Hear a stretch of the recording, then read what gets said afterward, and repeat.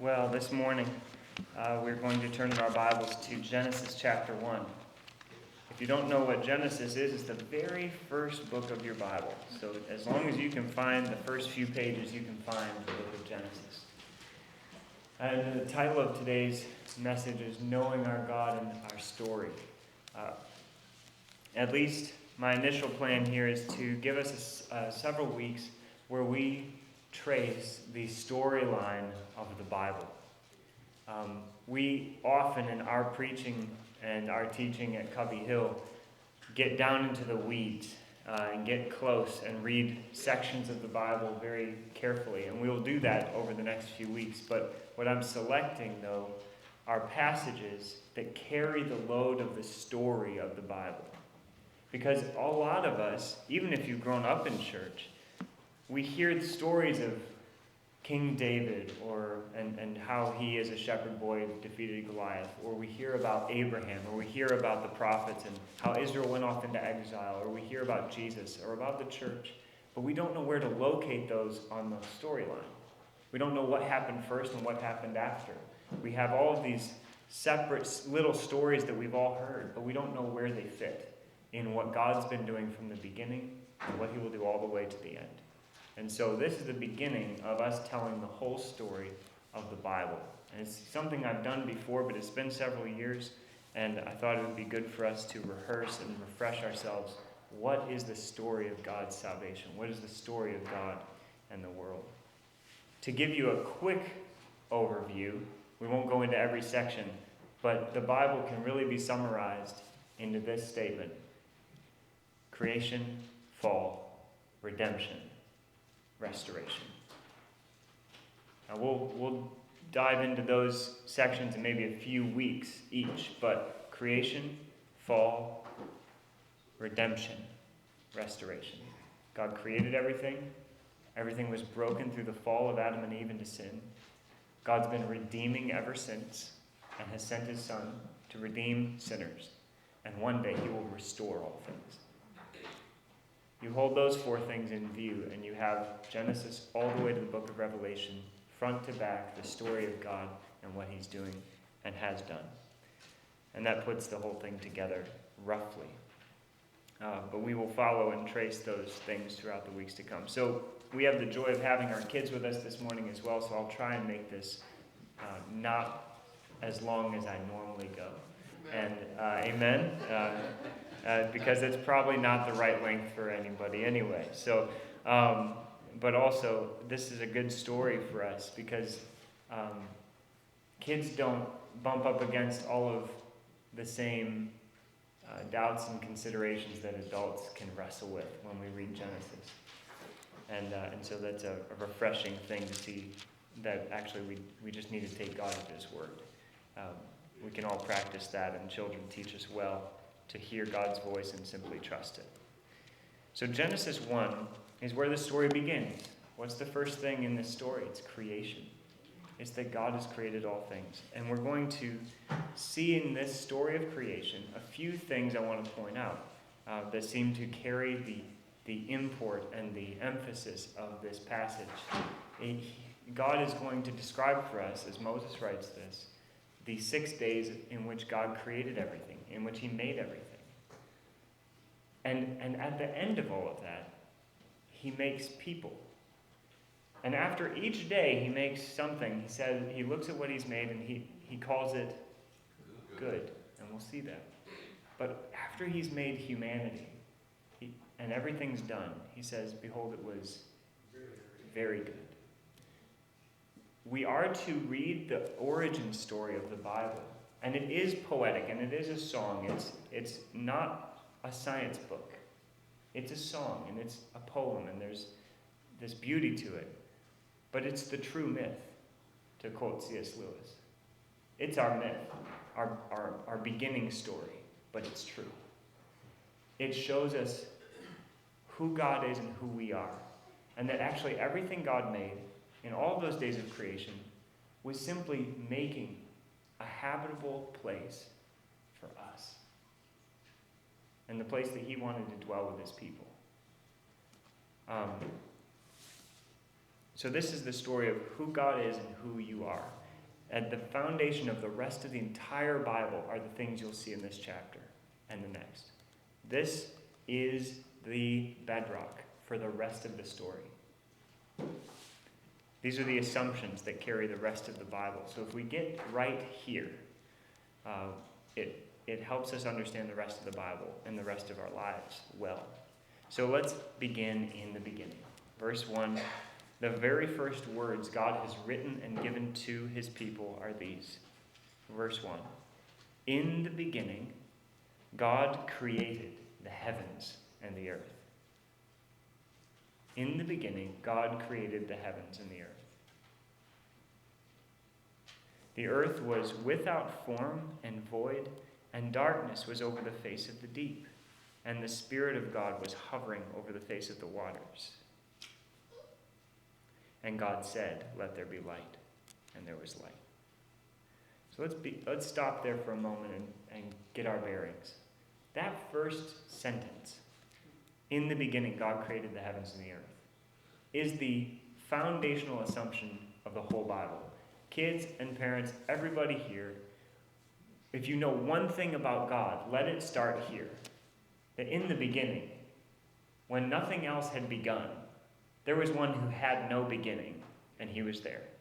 In the beginning, God. In the beginning, God. And what did this God do in the beginning? He created the heavens and the earth. What that means is, it's a way of saying everything.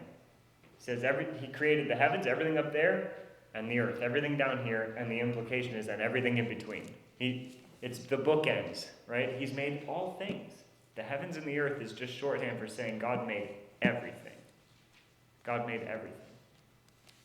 We see the stars in their place, and the moon and the sun and the trees and the way Lake Michigan works, and the clouds and the weather and all of it God has made, and he is providentially in charge of all of it.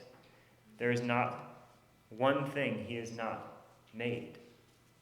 It's all his. And so we see in the very beginning of the Bible, very different from other world religions and things that would deify creatures or even say that there's a divine spark in people and a divine element in other things. So for instance, you go to India and they will worship animals because they believe there's this divine spirit in those animals from these gods that they worship. And that's why you've got a lot of monkeys stealing food at the marketplace. That wouldn't happen in other parts of the world because they wouldn't believe that's a god. But so you have these implications in other places of the world where there's not a divide between what's made and the maker. But Christianity is different.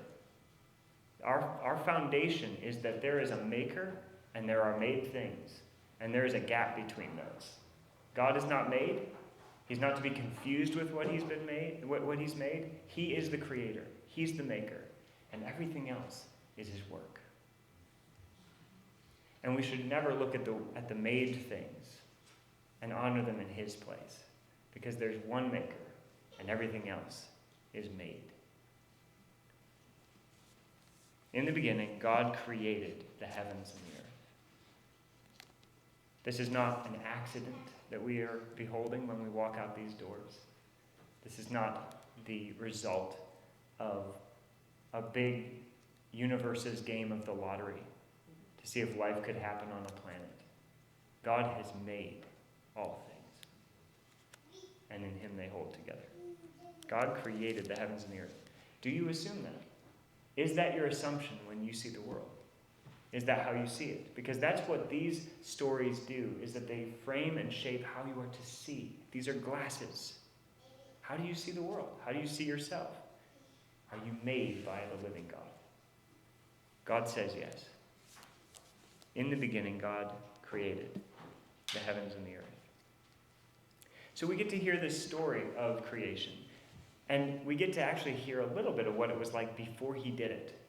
It says in verse 2, the earth was without form and void, and darkness was over the face of the deep.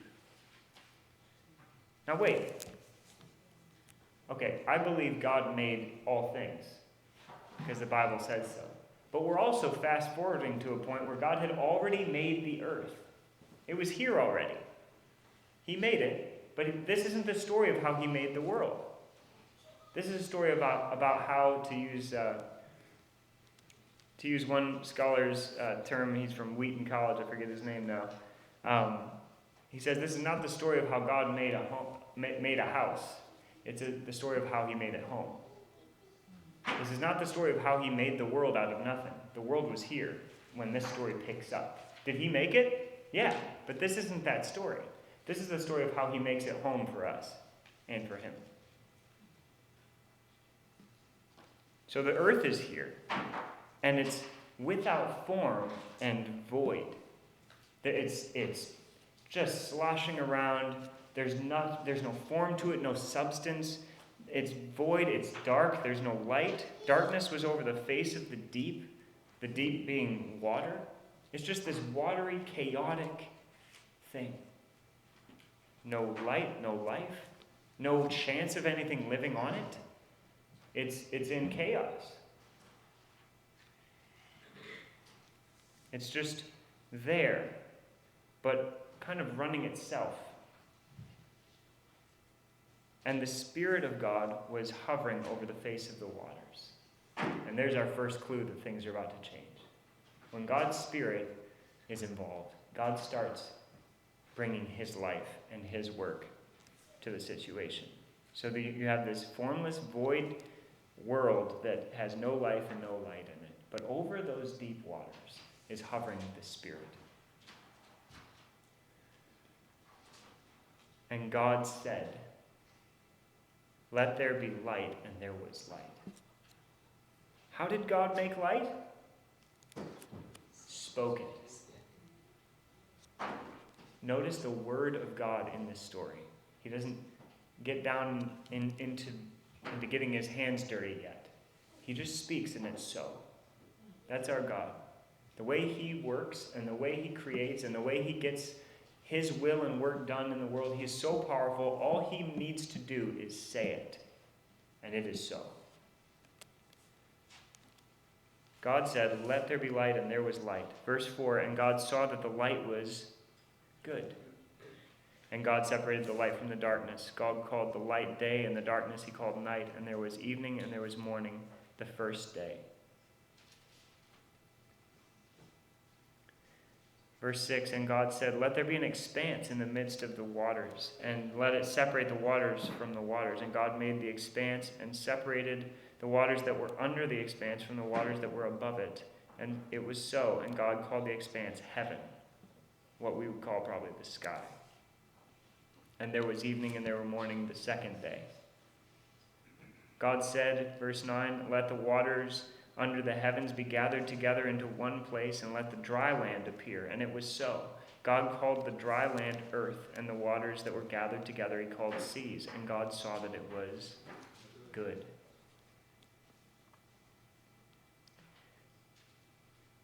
And God said, "Let the earth sprout vegetation, plants yielding seed and fruit, trees bearing fruit in which is their seed, according to its kind on the earth." And it was so. And the earth brought forth vegetation, plants yielding seed according to their kinds, and trees bearing fruit in which is their seed, each according to its kind. And God saw that it was good. And there was evening and there was morning, the third day. So in these first 3 days, God starts showing us what he's doing. Things were in chaos and disorder and darkness. But God starts bringing order to it. He starts speaking and differentiating things, making them different. Light and dark. Water and sky. Waters and land. And he's making these places, these right, proper places for each of these things. Everything was just together, but he's differentiating light and dark, water and sky, shoreline. This is where water is, and this is where land goes. And he's making spaces that are distinct. And now in days 4 through 6, he's going to fill those spaces. Okay? He's going to fill those spaces with things that are to occupy them. He's been making space, and now he's going to fill the rooms.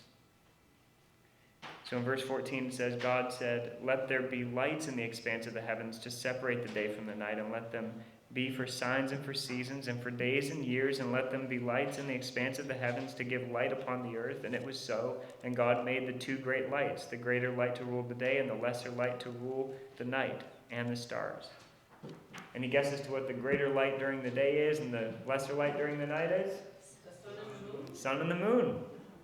Yeah, so God made light and dark, but now he's filling them with occupants, with sun and moon to govern those days, those light and dark seasons, to give us season and time and light in both of those times of the day. Verse 17, and God set them in the expanse of the heavens to give light on the earth, to rule over the day and over the night, and to separate the light from the darkness. And God saw that it was good. And there was evening and there was morning, the fourth day. Now on the fifth day he's going to fill another space. In verse 20, God said, "Let the waters swarm with swarms of living creatures." So now he's filling the water and the sky. He made that separation, right, between the waters and the expanse, the heavens. Now he's going to fill the water and the heavens. He says, "So God created the great sea creatures and every living creature that moves, with which the waters swarm, according to their kinds, and every winged bird according to its kind. And God saw that it was good. And God blessed them, saying, 'Be fruitful and multiply, and fill the waters in the seas, and let birds multiply on the earth.' And there was evening and there was morning, the fifth day." Birds in the sky, fish in the sea. He's filling the spaces with living things. Well, what was the third day? He made land and water distinct, right? And so he's going to fill the land. It says, verse 24, and God said, "Let the earth bring forth living creatures according to their kinds, livestock, creeping things, and beasts of the earth according to their kinds." And it was so. And God made the beasts of the earth according to their kinds, and the livestock according to their kinds, and everything that creeps on the ground according to its kind. And God saw that it was good.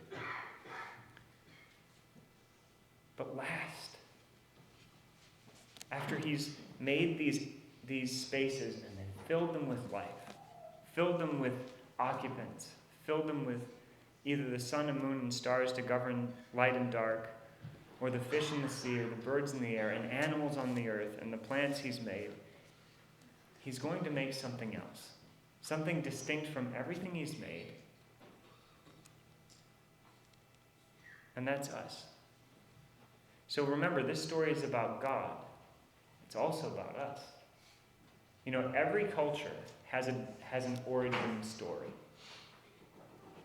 Every culture has a story like this, where they explain how everything got going, what got us here, what God is out there, and what do we have to do with him. And many ancient stories had, you know, people being born out of the blood that fell to the earth out of some war between the gods in the heavens and, you know, Greco-Roman gods, things like that. These violent narratives. People came crashing into the world out of conflict and out of turmoil and out of these wars between these bad news deities who were always at each other's throats. Just different stories on why we're here and what God is here. We have one too big in our culture,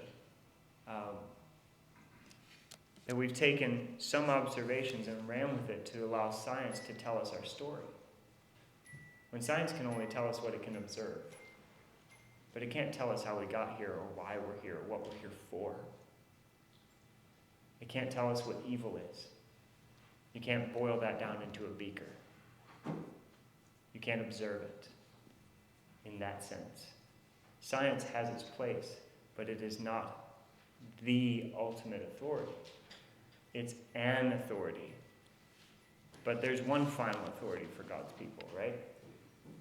And science is getting to the end of its ability to explain questions outside of its pay grade. The evolutionary story for why we got here is starting to unravel a bit. So much so that the statistical probability that everything on earth, life on earth, got started by absolutely no help whatsoever is so hard to believe, statistically. It makes winning the Powerball look like nothing. That scientists have actually suggested that other civilizations seeded the earth. Like, this is not like fringe stuff. Like, that's actually suggested as a possibility. They had to plant kind of at least beginning life forms here so that things could take off. I'd say we're trying too hard at that point. Seeding by aliens might sound like not blind faith to some, but I'm not convinced. I think the more we know and the more we learn, the more we realize that the most explanatory power is actually that there is someone behind all of this who's made things as they are, who give them purpose and meaning. And I think we are right to challenge the story that we're forced to hear and urge to believe. It's not all it seems. So finally, God makes who? He makes us. He makes us. Verse 26 said, "Then God said, let us make mankind. Let's make man in our image, after our likeness, and let them have dominion over the fish of the sea, and over the birds of the heavens, and over the livestock, and over all the earth, and over every creeping thing that creeps on the earth." So God created man in his own image. In the image of God he created him. Male and female he created them. We'll stop there for a moment because there's a lot to hear. The Bible begins in the first chapter telling us who God is and how he made everything, but he's making it to be a home. He's filling these spaces with life and light for us. And about nothing has he made does he say, this is to look like me. But about us, when he makes mankind, he says, let's make man in our image. Let's make man in our image, after our likeness. There's different stories that would tell you that you are an ape, a very advanced, personable ape. You're nice to have dinner with, but you're just an ape. God's story tells us that you are an image bearer of the Creator. And what you know about yourself matters. How you view yourself matters. And where you would go for the answers has to be outside yourself. No matter what you're feeling about yourself, no matter what you feel about people you really dislike, all people are made in the image of God. All races, all classes, all nations, all names, all of it, all people are made in the image of our Creator. You can't start having discussion about justice or about equality or about anything when you don't know what we are and we don't know what our worth is. We can't talk about any moral problem outside of my group. As long as we're more powerful than that group, we can do what we want. Unless we're rooted in what God has said we are. We are image bearers of God. We bear his image. So what that means, first and foremost, is, like we said, value. God values nothing in his creation. I mean, he doesn't value Jupiter more than you. He doesn't value anything he's made. Some gorgeous supernova up there in the sky is nothing compared to how he values you.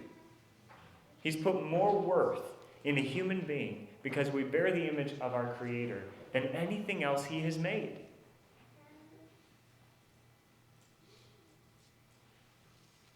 What is man that God's mindful of us?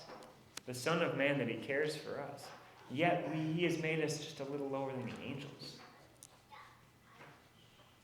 We are this strange thing that is to both be a creature physically that God has made, and yet a creature that can know and love and live for the Creator. Second of all, we are to be like God in this sense. He says that we are to make man in our own image, after our likeness. Now, God doesn't look like something, so what does he mean? He means that we resemble him in a number of ways, I think. The first one is morally. Like, a dog doesn't think through the moral implications of biting a person. Like, that was so wrong of me. Like, they don't have a sense of righteousness or justice. They don't care. They have instincts. God has made them the way he's made them, and I like dogs, so that's, praise be to God for dogs. But they have no conscience. They don't have a sense of why they're here. They don't care. They just do what they're here to do because God's made them to be dogs and they're doing it. But God's made us moral. We have these conflicts about what we should do towards another person. And we're capable of evil and capable of doing righteousness because we're made in God's image, who is a God who's righteous. We're capable of love because God is love. We morally bear his image. The second thing, though, is in our calling. What does it mean to be human? There are other versions of our story floating around in our society that would place us under the authority of creation, under the authority of nature, under the authority of climate, for instance. Not that those conversations don't need to happen. But if you deny a person their humanity, but would be willing to die chained to a tree to save an owl, there's a problem. Amen. Okay? There's a disconnect about worth and about mattering things. Obviously, that's an easy exaggeration, but you see the point, where we can elevate creation above ourselves. We can elevate creation to be something that we are basically the biggest problem on the world, on the planet. But God has made people good and placed them here. It says to exercise what? To have dominion over the fish of the sea and over the birds of the heavens and over the livestock and over the earth and over every creeping thing that creeps on the earth. God called us to do what he does. Not just to look like him in being moral creatures, but actually we resemble God in what we do. God took the chaos, he took all of the mess, and started making order so that things could flourish. He exercised dominion over the darkness and spoke light and life into every corner of it. And guess what? Whenever you take what God has given you in your sphere of your life and you bring order to the chaos, you're resembling your Maker. Our work is this, is it not? Combing your hair is an act of exercising dominion over that chaotic creation that you just rolled out of bed with. You're taking, so think of what we do in our work. Think of what we do. Think of what music is. Music. People make music. They've always made it because we're made to worship and know and sing of great things and of God. Music is just noise if it's not ordered. It's just noises. I could demonstrate how that guitar could sound not good. But when you take noises and arrange them, low and high, and you get the pitch right, and you get timing to these noises, and you order all this noise, you can make songs. You take raw elements of root veggies you just pulled out of the ground, and some animal that someone raised and butchered, and you make a lovely meal You're taking these raw things that God has given, saying, what can I do with these? How can I bring order to these? How can I make these things even better for having touched them and involved myself with creation? All of our work is that way. Some of it's with people. Some of it's with organizing finances, organizing fill in the blank. It could be anything. What we are called to do as people all the time, in our daily cleaning, in our parenting, in our work, we are to look like our Creator. For us, having been involved, we wish that they would be better off. Exercise dominion over the earth. We have been made to be kings and queens over creation. I think this is the foundation for recognizing that ultimately responsible to God for all we do and say is us. We are to rule ourselves before God in His world and care for what He's made. This does not mean exercising dominion that we take advantage of creation in such a way that we exploit it. In the next chapter, Adam will be described as being put in the garden to tend and to keep it. More tender language of making it better. How many of you know that if you leave your garden alone, it won't be as fruitful as if you get your hands dirty? It might be worse if I get my hands dirty, but most people, when they tend their garden, it gets better. Because God made creation that way. He put us here to be his representatives, His image bearers in the world, to do what He does. On a creaturely level, we're not God, we're not equal with Him, but we are made like Him in those appropriate ways. So why are you here? Are you here by accident, or did God make you? God made you. Are you here to live an uninvolved life in the problems and situations that we face? Or have you been called in your corner and in your small way to make your corner of the world more like God would make it?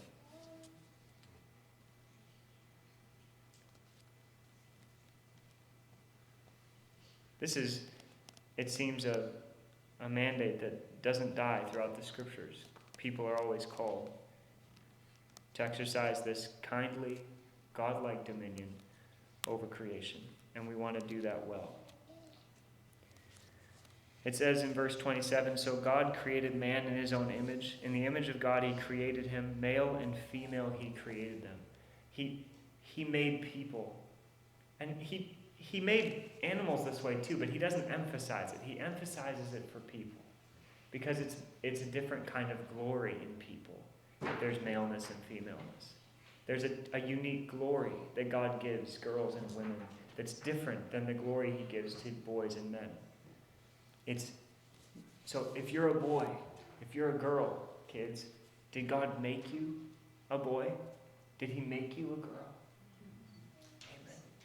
Whatever God made you, it's good. It's so good. It's so good.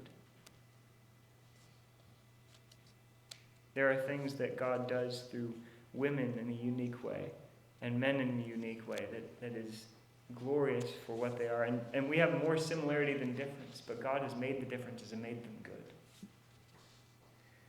That is something I don't have to explain to you, is a reason we need to remember our story in the days that we're living, because that story is under attack.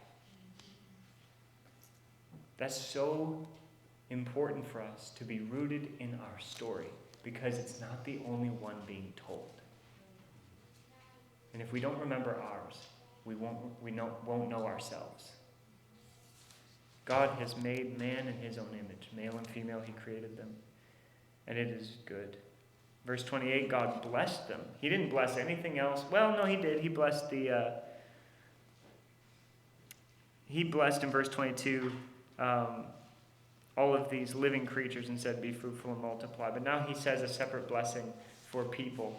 God said to them, be fruitful, in verse 28, be fruitful and multiply and fill the earth and subdue it and have dominion over the fish of the sea and over the birds of the heavens and over every living thing that moves on the earth. And God said, behold, I have given you every plant yielding seed that's on the face of the earth, and every tree with seed in its fruit. You shall have them for food. Who did God make all that stuff for? Us. It's not delusions of grandeur. I said what I said for a reason. God seems to be making all of creation as a home for his people. He made all of these things for food for us. And for the animals and everything else, but for us. Verse 30, and to every beast of the earth, and every bird of the heavens, and to everything that creeps on the earth, everything that has the breath of life, I've given every green plant for food. And it was so. God saw everything that he had made, and behold, it was very good. And there was evening and there was morning, the sixth day.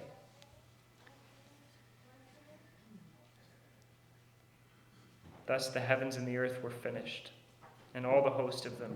And on the seventh day God finished his work he had done, and he rested on the seventh day from all his work that he had done. So God blessed the seventh day and made it holy, because on it God rested from all his work that he had done in creation. I heard a pastor point this out, that the very first day after God made Adam and Eve and told them, exercise dominion in the earth, be like me, the first day they get to try everything out is the day where they just get to rest. I never noticed that. Isn't that awesome? The very first thing God's going to teach them is, I'm God. Look at what I've made. Enjoy it with me. Sit with me and see what I've done. The first day of their lives is Sabbath. And that's the story of creation. What we see are a few things. The way God is. First of all, the way God is that he brings order from chaos. He takes what is all over the place and he brings order to it. The way things are the way they are for a reason. He's made the universe a certain way. There's a grain to it. And reality, it seems, is defined by the Creator. He's made order from the chaos, and it makes it better. He's made places for darkness and light, for sea and sky, for shoreline. And he's filled those places with good things. When we see creation, we see something fundamentally good. That's the second thing, is that he's made from something that was void. He made something good. He's a good creator. He's a good maker. So there are temptations in us, especially if we misread certain parts of our New Testament, to put down the body, to put down physicality, to put down the world in which we live as somehow less important than heaven. But God did not originally intend his people to live in heaven. He intended to live here with us. In an earthly place. A place with soil and boundaries and trees that have seen so many lives. He wants people to be human. He made us human, body and soul, to bear his image. And you'll see at the end of the story, he brings us back to that. The end of our Bible does not have us in heaven. It has heaven come down.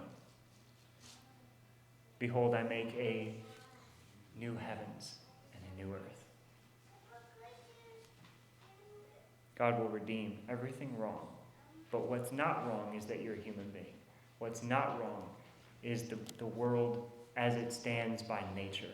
God has made these things. He's made them glorious because they speak of his wisdom and power, and we are to celebrate and enjoy them. But things are not quite the way they were then, and we'll see that in the fall. But for now, it is good to remember that he brings order out of chaos. He brings goodness out of nothing. He makes something good.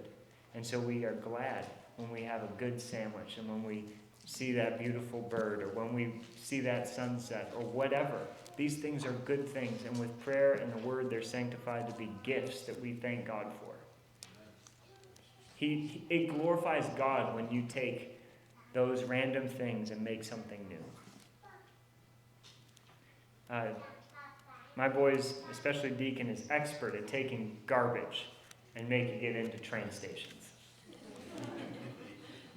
Cardboard boxes, shoe boxes. Dad, where's the tape? Where's his glue stick? He's getting it all over everything. But finally, at the end, he's made something out of stuff I would have thrown away. And I probably will when he's not looking. But he made something out of it. He can't help himself because that's who we are. That's who our God is, and that's who we are. We're made in his image to make things out of the raw things God's given us. The last thing is not just that God brings order out of chaos and that he brings goodness out of nothing. It's that God is Trinity. We'll talk about this later, but God is Father, Son, and Spirit. 3 persons, one God. Is God ever then lonely? No. Why did God make people? He didn't need us. He didn't need the companionship. He is perfectly fine to be God forever. He's not missing a human-shaped hole in his heart. Like, he didn't need us. He made people because he loved to, because he wanted to. And he made us the sort of thing that would share with him in what he's like and what he does. He made us his image bearers so that we can resemble him to the world, but also so that we can see him and know him more than any creature can.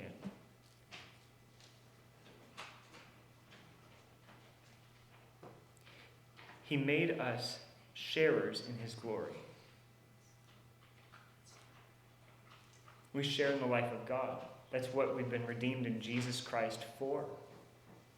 It takes all the stuff that doesn't make sense and all the stuff that's been out of shape in the world and in us, and it takes all of our sin, as ugly as it is, and that cross of Jesus does away with all that's wrong so that God can redeem all that he's made. He does not pitch this world into the scrap heap. He does not throw us in the bin. He came and died on the cross to make everything wrong gone so that we can be redeemed, body and soul, and be with him forever. And nothing will give him more glory for all eternity than people who were once far off have now been drawn near by the blood of his Son. The people he made to bear his image, who worshipped other things and served other things than him, have been ransomed, bought back, to finally bear the image of our Creator in the face of Jesus Christ. So when we say that we want to be like God now, as Christians, this side of Christ, we say that we want to be like Christ. Because he is God, born to us, the God-man, the one who really bears the image of God. And when we are like Jesus, we're like what God made us to be. So when you understand God in this story, you also understand better yourself. You are not here by accident. You are here because God made you. You bear his image and therefore have infinite value. You are a person capable of knowing the God who made you. You are a person who has been entrusted with the care of the world in which you have a corner of, the things you're responsible for. God invites you to be like him there. And by golly, we need his help to do it. He's made you as men, women, husbands, wives, boys, girls, to bear his glory and his image in unique ways. And we want to celebrate and emphasize those things.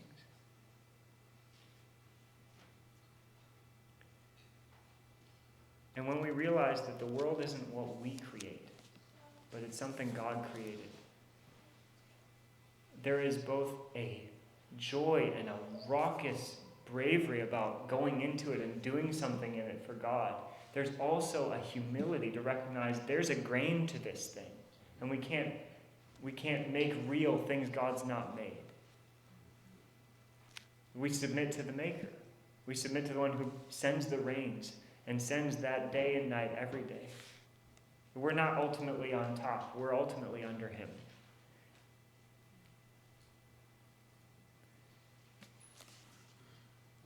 You are a creature, and it is good that you are so. You're a creature God loves, and that God is made to bear his image. You're a creature by Jesus Christ. If you've believed in him, he's redeemed. And if you've not believed in Jesus, he wants to. The whole story of the Bible is God who created all things. Even though all things fell and got bad, God is redeeming all things and will restore all things in his Son for his glory. So that's the beginning of the story. I hope that what God intends in Genesis 1 to do, I think, is to shape your imagination, shape our imaginations for the world we live in and the way we live in it. Again, as we've said, it's not the only story being told, so let's not forget our story. This is the story. This is God's story. And it's good.